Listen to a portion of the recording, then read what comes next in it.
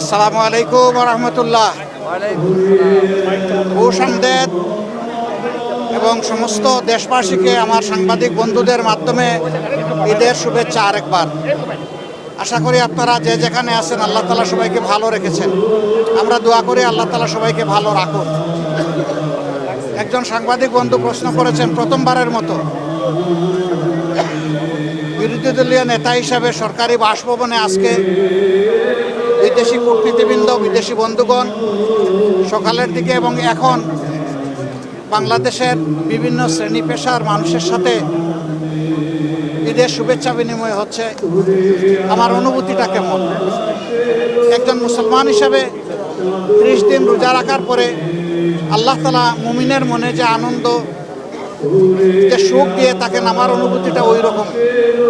তবে এটা পূর্ণ হতো যদি বাংলাদেশে ঈদের সময় এবারকার ঈদ যাত্রাটা সাধারণ মানুষের জন্য আরও বেশি স্বস্তিদায়ক এবং নির্বিঘ্ন হতো। আপনারা সবাই জানেন যে এবার মানুষের অনেক দুর্ভোগ এবং কষ্ট হয়েছে বিভিন্ন কারণে। এটা আমি আবার উচ্চারণ করতে চাই না। অলরেডি এই ব্যাপারে আমি আমার বক্তব্য দিয়েছি জাতির সামনে। ভবিষ্যতে আশা করব যে এই ধরনের বিশৃঙ্খলা, অব্যবস্থাপনা, দুর্নীতি, চাঁদাবাজি এগুলো হবে না। এটা আমরা আশা করতে চাই। খুশি হতাম যদি বিশ্বের বিভিন্ন জায়গায় যুদ্ধের দাবানল না জ্বলত। আমরা জানি অনেক দেশ, আমাদের বন্ধু এবং ভ্রাতৃপ্রতিম দেশ, তারা কত বিক্ষত, তাদের জন্য আমাদের কষ্ট লাগে। আমরা যখন এই ঈদের শুভেচ্ছা বিনিময় করছি তখন তারা তাদের জীবন নিয়ে শঙ্কিত, তাদের সম্মান এবং তাদের সম্পদ নিয়ে তারা শঙ্কিত, দেশের অস্তিত্ব নিয়ে শঙ্কিত। আমরা আল্লাহ তাআলার কাছে দোয়া করি, যুদ্ধ কোনো সমাধান নয়। এই যুদ্ধে যারা ন্যায়ের পক্ষে আছে আল্লাহ যেন তাদেরকে সাহায্য করেন এবং বিজয়ী করেন। যারা মজলুম আল্লাহ যেন তাদের সহায়ক হন। এইভাবে যদি সারা বিশ্বে মানুষ শান্তির সাথে থাকতো আর আজকের ঈদটা হতো, আমাদের ঈদের 16 আনা খুশি আমাদের পূর্ণ হতো। কিন্তু সেটাও পূর্ণাঙ্গ থেকে গেল। সম্মানিত সাংবাদিক বন্ধুগণ, বাংলাদেশের সমাজে বিভিন্ন স্তরে বিভিন্ন সমস্যা রয়েছে। আমরা সকালবেলা যাদের সাথে মিলিত হয়েছি তারা ছিলেন মূলত বিদেশি কূটনীতিবৃন্দ।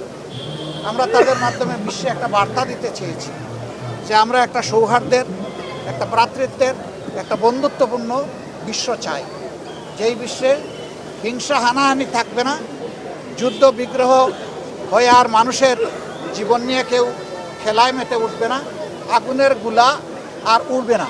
আমরা সেই রকম একটা বিশ্ব আমরা দেখতে চাই। আর এখন আমরা মিলিত হচ্ছি প্রিয় বাংলাদেশের জন্য, যে আমরা সবাই মিলে বাংলাদেশটাকে গড়ব। আল্লাহ তাআলার মেহেরবানি, এই দেশে আল্লাহ আমাদেরকে পয়দা করেছে। কীভাবে গড়ব? এই কোরআন এবং রমজানের শিক্ষা নিয়ে ইনশাল্লাহ গড়ব। রমজানের শেষে মানুষকে একটা মাত্র শিক্ষা দিতে, এটি হচ্ছে আল্লাহকে ভয় করা। সেই আল্লাহর ভয়ের ভিত্তির উপর যাতে একটা সমাজ আমরা দাঁড় করাতে পারি, তখন কোনো মানুষ আর কোনো মানুষকে ভয় করবে না। মানুষ মানুষকে ভালোবাসবে, সম্মান করবে, যার যেটা পাওনা। ভয়ের জায়গাটা শেষ হতে, এটা আমরা চাই।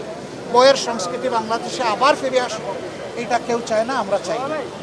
কেউ যদি সেই সংস্কৃতি ফিরিয়ে আনতে চান, তিনি যেই হন, আমরা ইনশাল্লাহ সবাই মিলে ঐক্যবদ্ধভাবে রুখে দাঁড়াবো।